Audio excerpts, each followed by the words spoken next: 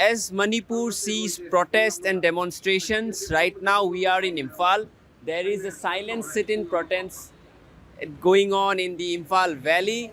This is regarding the incident of the 6 abducted individuals in Jiribam who were later killed, and that is the reason the civil society organizations under the Taragi Chesu and other organizations involving the medical fraternity are protesting. You can see the placards being held here. It says no violence against women and children. We want peace. No more bloodshed.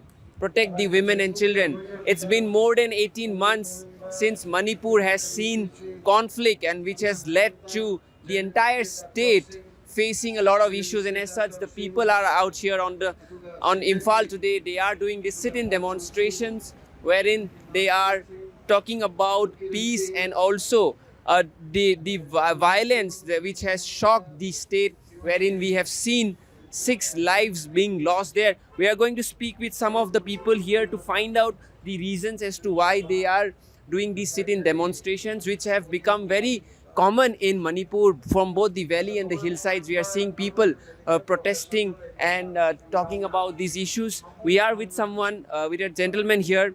We will find out what are the reasons as to why people are doing these sit-in protests.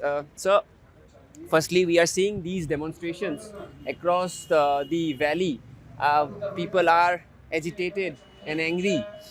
Can you please tell us regarding the core issues as to why people are doing these sit-in demonstrations today morning? I think the anger is not just in the valley; it's everywhere. There's total chaos in the state, and there's been a conflict which has been allowed to carry on for 18 months and more, and we don't even know when it's going to end. So people are actually very unhappy by the uncertainty as well hardship that the conflict has brought, and including those drastic ones where people get killed. And now the killing has actually become even more brutal in a sense that initially the fight was between people who are armed.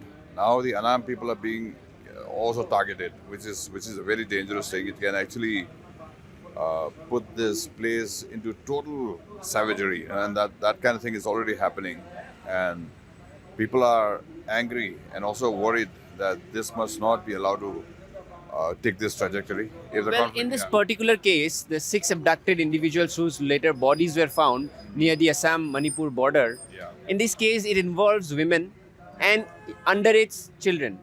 So, do you think these kind of violence was never seen before, firstly? And secondly, what is the extent to which Manipur is going right now?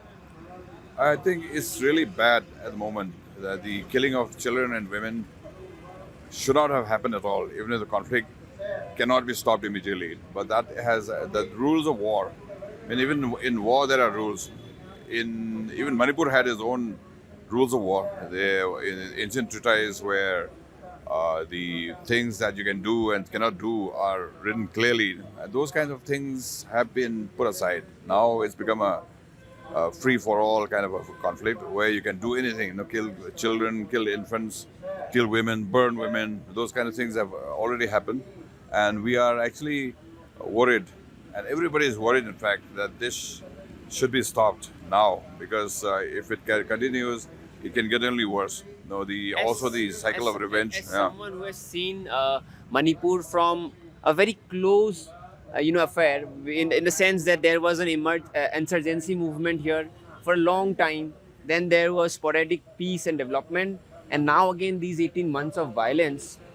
As someone who has been observing this, how bad the violence is this time as compared to the history of violence that we have seen among different conflicts and different anti-state movements or anti-armed movements that has been going on in the state for since post independent India. I think this time is bad, and we have seen equally bad conflicts in the ethnic conflicts in the past. But the difference is, you talked about insurgency and you talked about this ethnic violence. In insurgency, probably the casualties are much more. If you just count, in fact, the fake encounter killings, I think the last time I remember is about 1,650 to something of that sort. So the deaths so far in this is much less, 250 or something. But the thing is, the nature of the violence is different. The other ones is very, very targeted. It has a certain objective. Here is all those are lost. It's just and also there is no rules at all that you can do anything. You can burn houses. You can kill children. So that has made it even worse. In terms of the actual body count is much less now, but then it's a intensity very of the conflict. intensity, not just intensity, but the horrifying aspect of this conflict. Yeah, is much more. And also we've seen similar things in the past between the Nagas and Gokis, between Meiteis and the Meitei Pangal. But this time again is flaring up again. But from time to time this keeps flaring up. And these kind of conflict is much more horrifying because it doesn't have any rule. It has gone outside the traditional idea of conflict.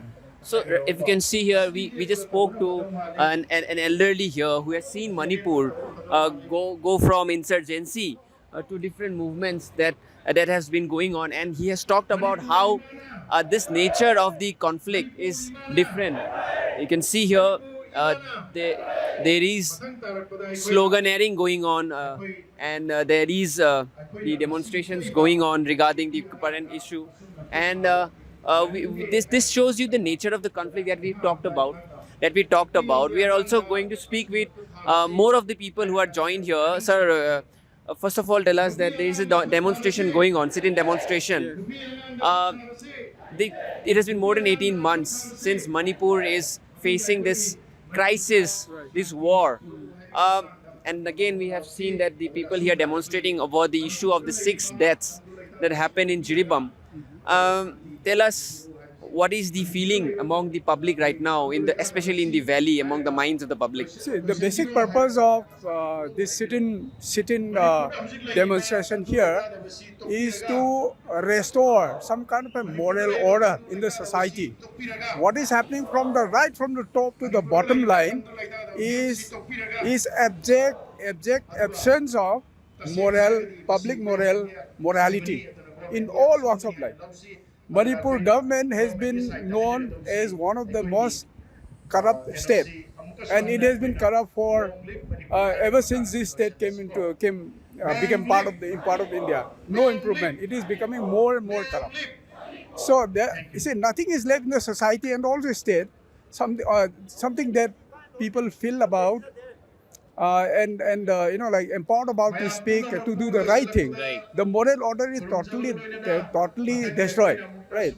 So here demonstration here is by civil society organization, law-abiding people who are working in different professions, including students, and the women representing that family who has lost their son, near and dear one, during this conflict. And about whom there is no trace of it. The disappeared family. There are 27 people who have been disappeared, and there is no information about them. They are also part of this demonstration. Yes. I would like you to talk to them also. Yes, I'll speak to them as well. If you can bring them here. So the basic thing, again, as I repeat, is to establish some kind of a moral order, to tell people what is right and what is wrong. Right. So that some kind of a sustainable justice and peace can establish in the society.